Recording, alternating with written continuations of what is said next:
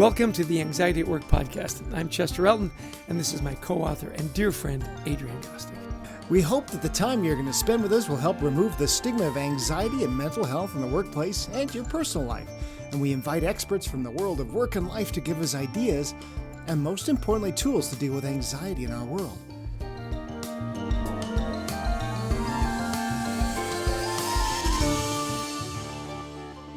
Our sponsor for our podcast is Life Guides. Life Guides is a community of trained and certified guides who provide guidance in 400 plus topics of personal growth, lifelong learning, and life challenges. They're a company that offers advice in every aspect of your life, a personal guide to walk you through all those uncertainties. And because you're listening to our podcast, you get 2 months free access for your team today. All you have to do is enter code 2422 at checkout. We love their mission. They want to impact the lives of over 1 billion people in the next 15 years. So it's Life Guides. Remember, at checkout, put in code 2422 and you'll get 2 months free access for your team today. Our guest today is our new friend, Alison Horstmeyer. Dr. Horstmeyer is a former Fortune 500 business executive who now bridges corporate and academia, focused on bringing an integrative biopsychosocial practice to professional development. Alison works with clients focused on leadership mindset development, healthy team interdynamics and performance, and agile experimentation. She is managing principal of intrinsic curiosity and an adjunct faculty for the USC Marshall School of Business Office of Executive Education. She holds a PhD in Integrative Health Sciences from Saybrook University and an MBA from the USC Marshall School of Business. Go Trojans. So welcome to the show, Alison, and we're delighted to have you on the podcast. Thank you so much. It's great to be here with you too. Well, you're considered really one of the pioneering researchers in this idea of curiosity. So we'd love you to walk us through some of your findings about the role of curiosity in innovation, and especially we're interested in how you can be curious and not create more anxiety as you're doing that. How you can tamp down anxiety and still create an innovative environment. Yeah, it's a great question. I think intuitively, in the workplace specifically, and probably in general, we intuitively connect curiosity as a gateway to innovation. And if we just want to level set in terms of understanding what curiosity entails and what has been empirically supported, is there are 4 dimensions to curiosity. Essentially, there's an aspect of not knowing. So something, right, you have a knowledge gap, something happens in your world that's kind of an unexpected curveball. I think we've been living in that for the last 2 years. And then there's this aspect of exploration, like you actually go do and explore. You're seeking information, you're seeking an experience. And then there's an aspect of openness. So we need to be open to the inputs and the reference points that are coming into us and figuring out how to integrate those. And then there's this aspect that's more emergent in the research called stress tolerance. And that is managing the doubt, confusion, anxiety along the way. Because let's face it, in innovation, the definition of innovation is something that is novel and useful. And that is going to take an iterative process. And why I love the idea of agile experimentation and being agile with our testing. So thinking more of an MVP approach, a minimum viable product approach, whether that's something yourself you're testing or working with a company. Through that iteration, we are essentially inviting us to explore the unknown and to get some information and some inputs. And I think with innovation, we give ourselves more permission to experiment and test. And because we're allowing ourselves to experiment and test, we are actually building our stress tolerance because we don't know what we're going to find. It may work out, it may not, but we also are setting it up in the parameters of knowing that something might not work out and then we might take a learning from it. And so I believe that it's this constant iteration that we give ourselves permission to in order to get to something that is both novel and useful, that is actually increasing our stress tolerance and managing our anxiety. And there's really no other way to do innovation. Like, you're not going to get it right out the gate. And isn't that a great concept and learning for pretty much anything in our lives? which I'm sure you can connect to, right? So, Alison, you say we need a new and diverse reference points to build our resilience. Oh, can you explain that? What do you mean by that? Yeah, so it's a little bit of what we touched on before in the innovation question.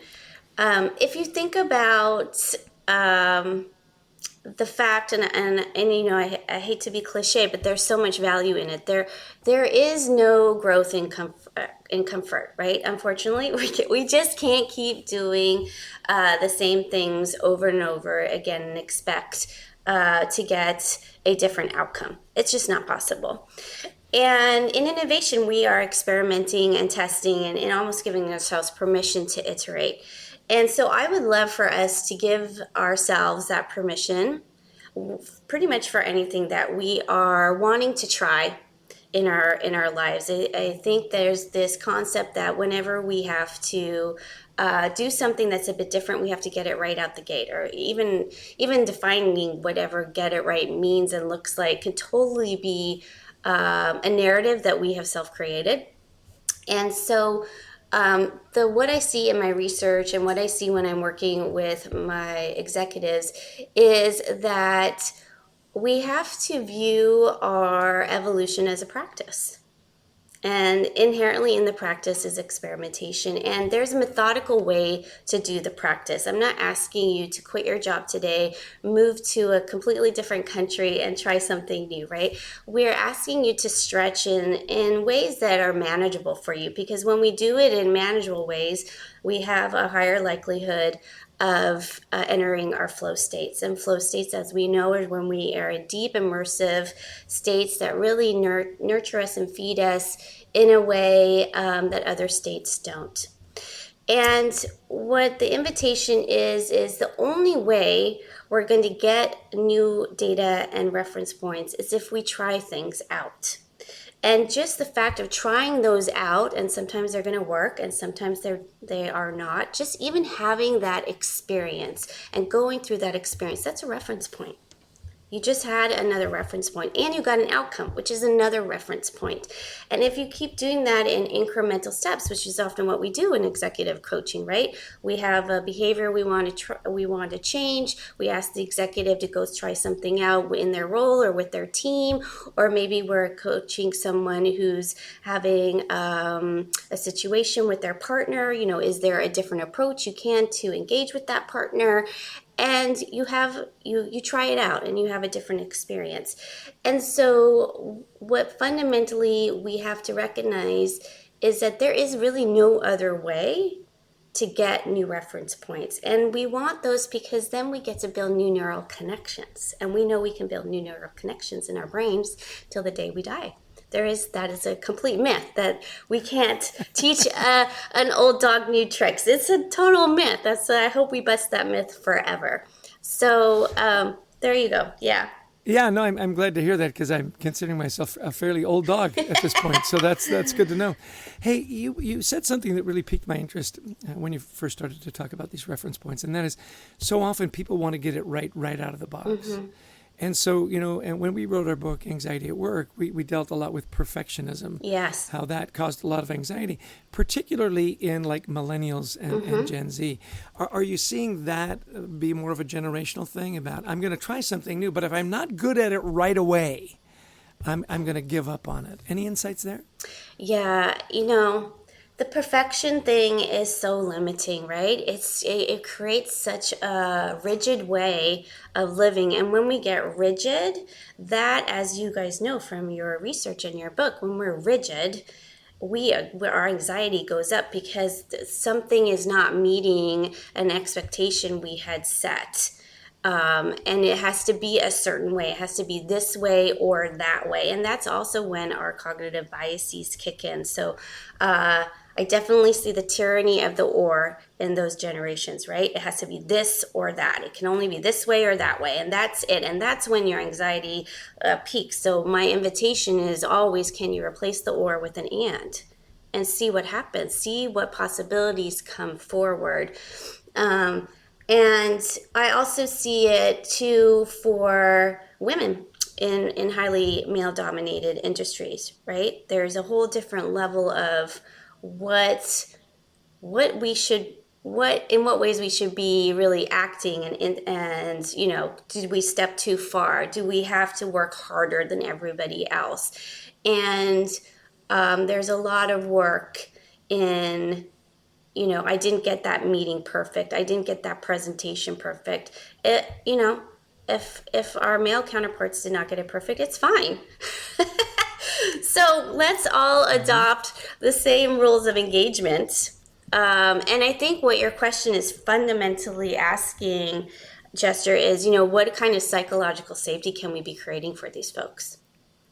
Right, really. Exactly. And and absolutely right. I love that too. Just everything you've talked about so far is so fascinating. The people we talk to who have anxiety, which is now a third of the workforce, they say we love our ruts. We just love to be in our rut, and don't get me out of my rut. But they know they shouldn't. And the idea is, how do you invite them out versus pushing them out, which is never going to work. Mm-hmm. So I love what you're doing. I think that comes to my next question. I wanted to ask you about this idea of compassion. Mm-hmm. Your research says we should act more compassionately with each other. Sometimes we want to do that. We want to, you better get comfortable being uncomfortable, Alison. Well, I may never feel that way. Yeah. So how do you deal with this compassionately? Right. Telling someone is never going to work, right? And so in the research and in my work and the researchers that I stand on the shoulders of, who are wonderful curiosity researchers, we are now starting to connect curiosity in the realm of interpersonal dynamics, and that it can actually be a gateway to being more empathetic, to collaboration, to trust. Because if I'm curious about what is really going on with the other person, and I'm the explorer, I'm putting my assumptions and biases and preconceived notions to the side, and I'm really curious, right, inquisitive and receptive. That's the other thing, being receptive to what I hear with what's going on with the other person. Then I can start helping them see potential other possibilities to pursue. I had this conversation yesterday with an executive who struggles with anxiety connected to ADHD, right? So and we talked about how it manifests for him. Like, how does the anxiety come up? And then we talked about strategies. I didn't say, oh, wow, like, you have to do it this way. I wanted to know, like, what's the experience for you when you're feeling that? Like, how does it show up in work?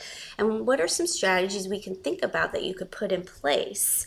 And really, we learned that it was about helping him to manage expectations, right? With others, so he didn't feel like he had to be always on responding, and then he's moving around from topic to topic. How can he tune in to and he's very intuitive. He's like off the charts intuitive. Like, how can he use his intuition to tune in with what the person really needs to hear and the way he wants to hear it? How can he coach his team? And so, and he felt like, as we were talking, he's like, wow, I just feel like things are starting to settle down. And it would never have worked if I said, hey, you know what? I think you should do this on your schedule. How about this? Like, he would never have heard me. It would never have felt supportive. And I think that if we can start watching our tendencies and just invite conversation and exploration, like, you don't know really what's going on with this other person. We don't know.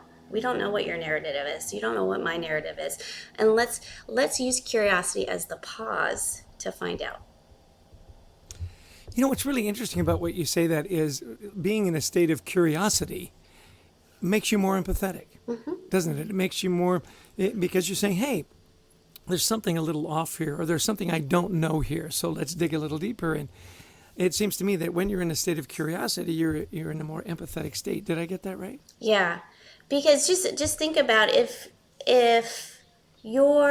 if you're open to really understanding what's going on with that person, then naturally, well, hopefully, and what I see is that what curiosity does is it touches our humanity, right? You are now willing to connect to that person in a different way and see things differently. Curiosity actually invites us to change our perspectives based on what we're hearing, right? So I often invite executives to listen with the intention that what they hear changes what they do. Listen with the intention, right? Instead of going in with, I got to know the answer, I have to prove myself. It's a very me stance. When we use curiosity as a gateway to empathy, it's a very much a we stance.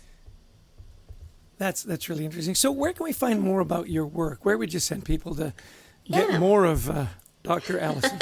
You can go to my website, which is dralisonh.com, dralisonh.com. Excellent. Conformity is another idea that you bring up as well. Let's face it, conformity can help some people feel more calm. I'm part of the group, I'm part of the tribe, right? What have you found in your research about the concept of conformity? Helpful or not helpful, and where does it fit? So I agree with you that there are aspects of conformity when we use conformity in the service of the collective. It makes sense, right? Wear your masks in a pandemic, for example.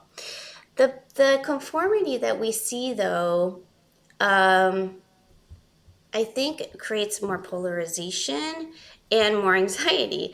I'll just take it in the workplace because that's where I see it. So we have organizational norms that tend to be about self-preservation. And when we have values like conformity, security, tradition, in the research, we know that these are actually anxiety-inducing values because they're about self-preservation, right? Survival. Like, I'm trying to stay safe. I don't want things to change. My anxiety is going to go up. I am being prescribed how to behave, so therefore I have no autonomy, no ability to build my competency, and I have limited availability to build connection with others. Those are basic psychological needs that we all need for thriving. And when those are not met, our anxiety goes up. And in the research, we see that conformity has an inverse relationship to openness to change. So the more conformity, the lower you're going to be to openness to change.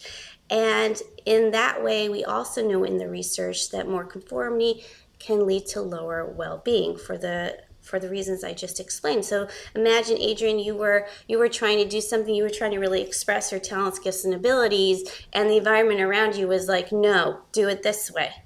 I mean, that's so Chester. That is right? so Chester. Yeah. And the only reason, and maybe one of the fundamental reasons they're saying do it this way is because they haven't had the experience of doing it the way that you're recommending. So they don't know. They don't have the reference point, right? It comes back to their reference point. Yeah, you listening, Chester? I'm taking notes. Seriously, I'm writing this all down. So that is where I have trouble with conformity, because it's not used in a way that can foster the normalization of experimentation. And this is why I would love for us to start leaning into being more of the explorer than having to be the expert all the time, right? Having to get it right, know the answers. That's what conformity tends to support, is more that expert mindset. I just want to jump in here really quick. And this might be a little dangerous area to go in. You always say, don't talk about religion and politics. But as you're seeing the country, and we're talking about the United States at this point, this divide, this polarization, can you write off a lot of that to conformity? That people say, well, I'm this and you're that, and we're never going to explore where we have common ground. Is that kind of... And if you could bring religion into your answer, too, that would be really well, you notice I didn't mention any particular party or person. I'm just, I'm finding that dynamic really interesting. That's a good question. Yeah, I mean, it is a loaded question, and I think Adam Grant did a great job in his book, Think Again, to address kind of what is underneath that polarization. And he actually did studies on how we could get folks who were deeply ingrained in a belief, and I think he even did it with sports, like baseball teams and other things, but just to show that there's a way to invite conversation. And it's not to say that you have to agree with the other person. I'm not saying, Lily, let's all agree with each other. What we are saying is, can you come from a place of curiosity versus self-preservation? Right? And fundamentally under that polarization is somebody is really tightly trying to preserve something that may or may not be really what the country needs today, what people need today. They're holding on tradition, security, and conformity. So I think what you're saying is, how can we start having a mindset, which is hard. It's hard not to feel afraid when things are different. It's hard not to feel anxious when things are changing so rapidly, when, the speed of technology is moving faster than we can keep up with and understand how it can help us. It's hard to not feel afraid that I'm living in a world that maybe doesn't represent what I knew of the world 10 years ago.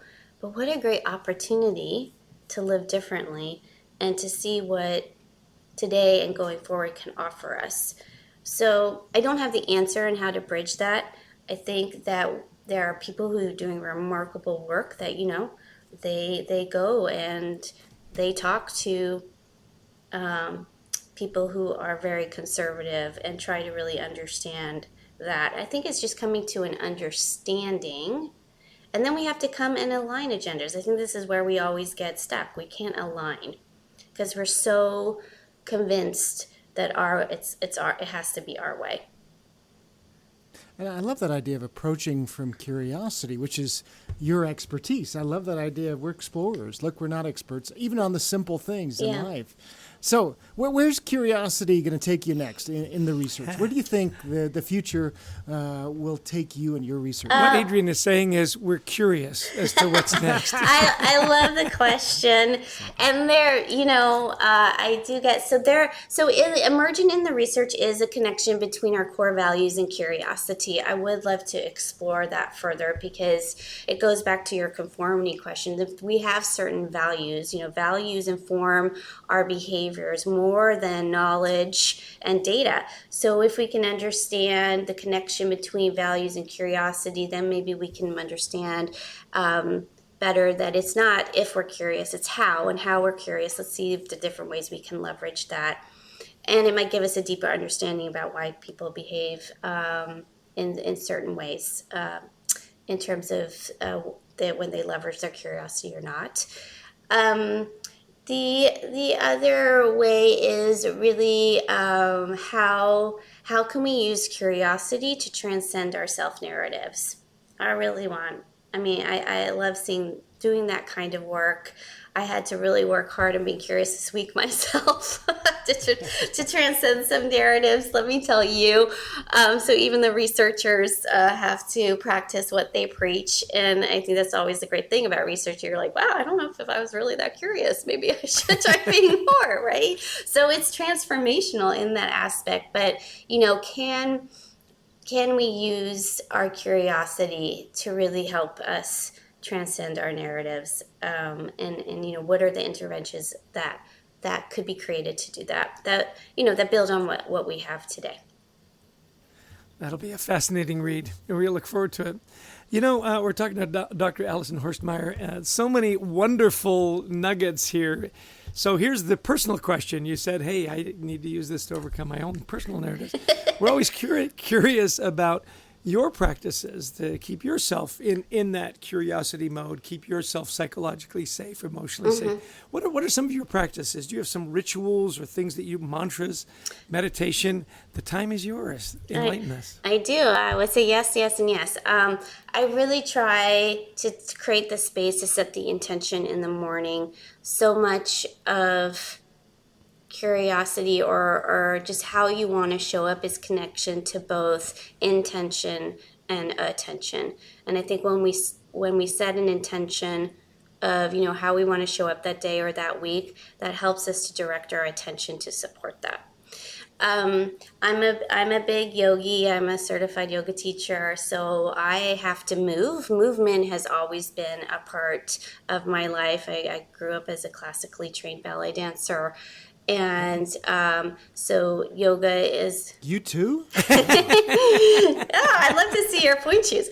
And Enlevé, plié. Yeah. Yes. So yoga, and like yesterday, I had to get outside. Fortunately, I live near the ocean. I had to go to get a workout or run by so I could see the water, connect to nature. Connecting to nature is really powerful. So those things.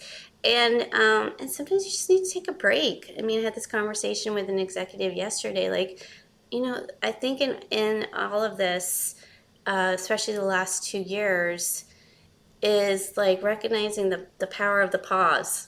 Like, take a break.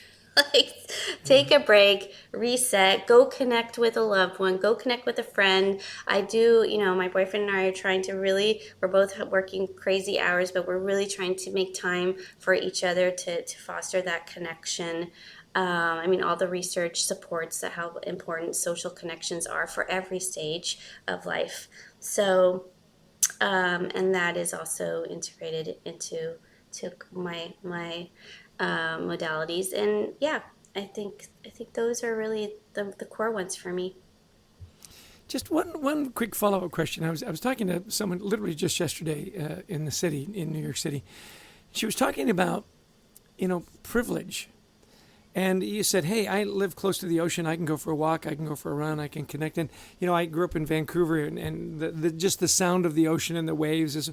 What do you do for people that don't have that kind of privilege? Do you have a recommendation of one practice where they can kind of maybe connect? Because not all of us can go for a walk in the woods, right? Not all of us can go for a walk by the ocean.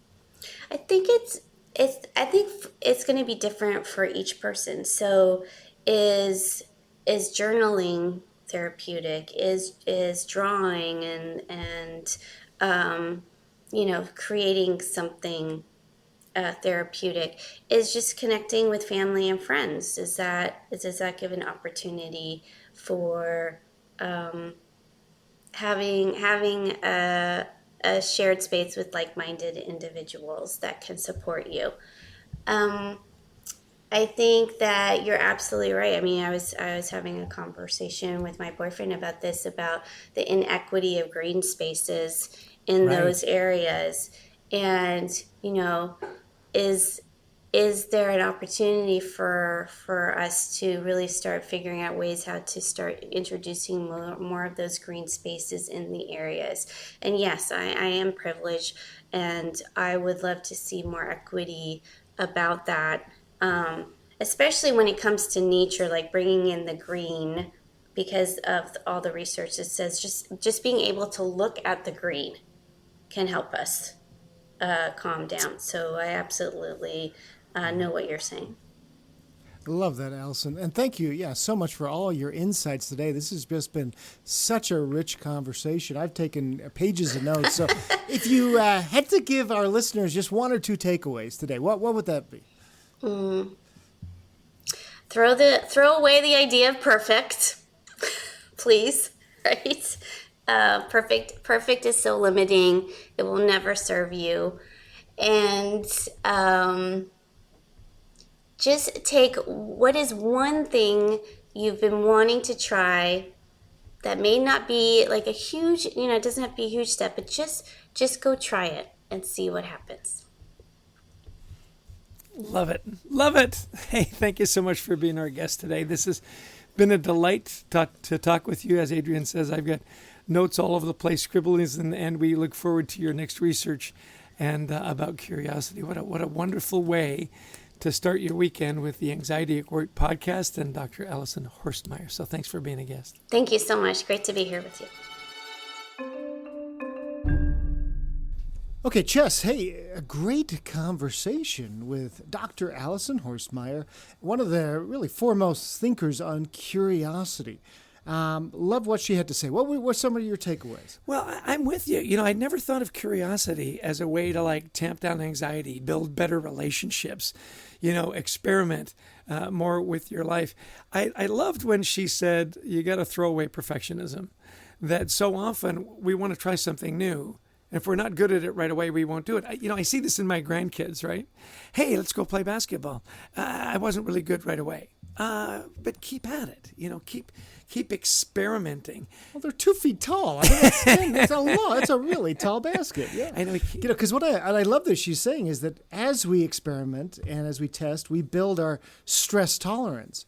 That we were talking about. Sometimes anybody who has anxiety, it's like we want to be comfortable, but life isn't about comfort, and you have to push yourself sometimes out of there.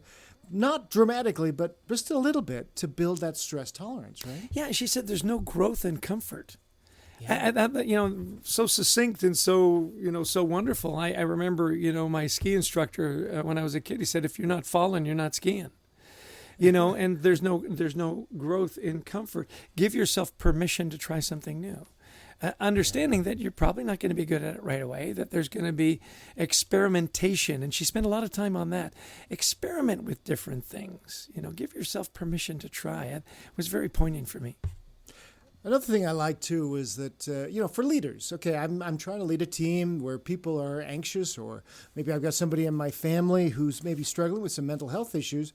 Instead of, well, you should do this or that, don't we all do that? Right. You should really slap a smile on that face.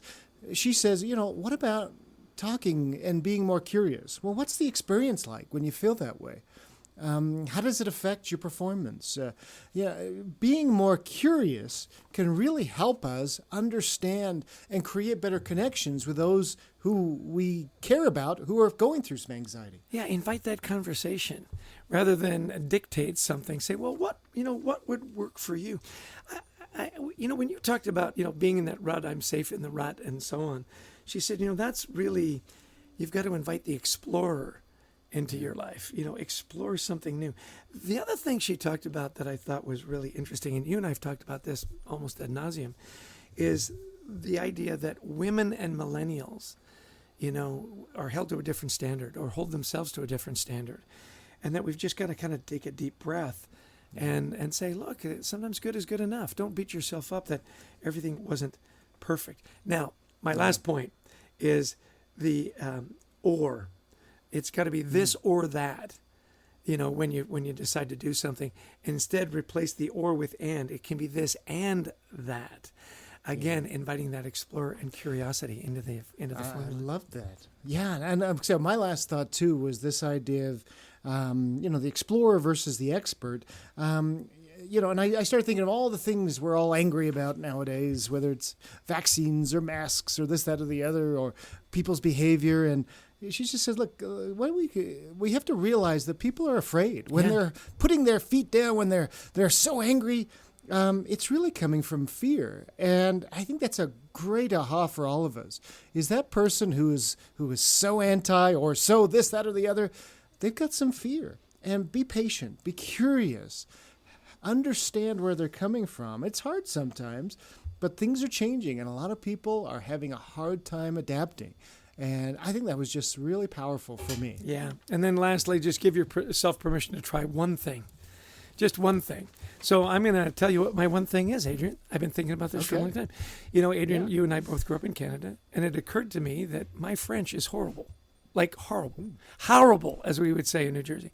So I'm going to sign up for a language course and learn how to speak French. I'm going to give myself permission to do that, Adrian. Love that. And I love, See, we do as executive coaching, and in our stakeholder center process, you tell others about it because then we hold you accountable in a positive way. Yeah, I was going to say, chicken with me on that and see how I'm doing. Hey, we always want to thank our producer, Brent Klein. When you get the podcast, it's all polished and it's all great. Trust me, that's not what we send him. He does a great job in making sure that, comes across as world class. And to Christy Lawrence, who finds us our amazing guests, and to all of you who listen in and give us a bit of your time every week. If you like the podcast, please download it, share it. We'd also love you to join our online community, WeThriveTogether.global, where we're creating a safe place to talk about anxiety and mental health at work. And of course, if you haven't yet, pick up a copy of our best-selling book, Anxiety at Work, available from Harper Business. And look, if you need a life guide, if you need some help, our sponsor, Life Guides, is no better place to go than that. Look them up, and I'm telling you, as a listener to our podcast, when you go to check out, just put in code 2422, and you get 2 months of free access. These are life guides that walk you through all of life's stressors, whether it be financial, with your family, at work, leadership development. They've got over 400 topics with experts to help you along the way. It's Life Guides, and we love them. Thanks, everybody, for joining us, and we'll see you again next week. Take care.